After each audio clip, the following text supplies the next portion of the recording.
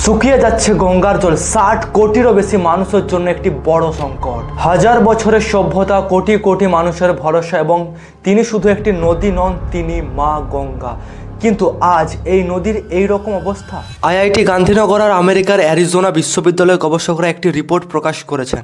গুজরাতের এই গান্ধীনগরের বাসিন্দা নরেন্দ্র মোদী, যিনি 2014 সালে দেশের প্রধানমন্ত্রী হওয়ার পরে নমামি গঙ্গে প্রকল্প চালু করেছিলেন। প্রথমবার বারাণসী থেকে ভোটে দাঁড়ানোর পরে মোদী বলেছিলেন, মা গঙ্গা আমাকে ডেকেছেন।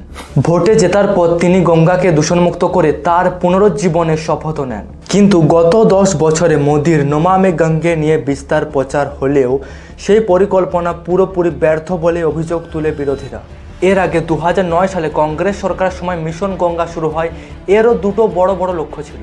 গঙ্গাকে দূষণমুক্ত করা, গঙ্গার স্রোত যেন বাধাহীন থাকে। কিন্তু পরে নমামি গঙ্গে প্রকল্পে শুধু দূষণ মুক্তির দিকে জোর দেওয়া হয় আর অবিরল স্রোতের লক্ষ্য বাদ দেওয়া হয়। রিপোর্ট বলছে 1991 থেকে 2020 সালের মধ্যে 2 বার ভয়াবহ খরা দেখা দিয়েছিল গঙ্গায়। এবং এই নদীর উপর শুধু ভারত নয়, পড়োশী দেশ নেপাল ও বাংলাদেশও নির্ভরশীল।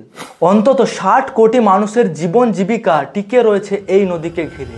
কিন্তু যদি দুর্বল বর্ষা আর তাপমাত্রা বৃদ্ধি একসাথে চলতেই থাকে, তাহলে গঙ্গার জলের প্রবাহ 5 থেকে 35% পর্যন্ত কমে যেতে পারে। এখনও সময় আছে দূষণ কমানো, ভূগর্ভস্থ জল সঞ্চয় আর প্রকৃতিকে মর্যাদা দেওয়া। এ বিষয়ে আপনাদেরকে মতামত অবশ্যই কমেন্ট জানাবেন, কিন্তু আর সাবস্ক্রাইব করতে ভুলবেন না, যেটা আপনারা বারবার ভুলে যাচ্ছেন।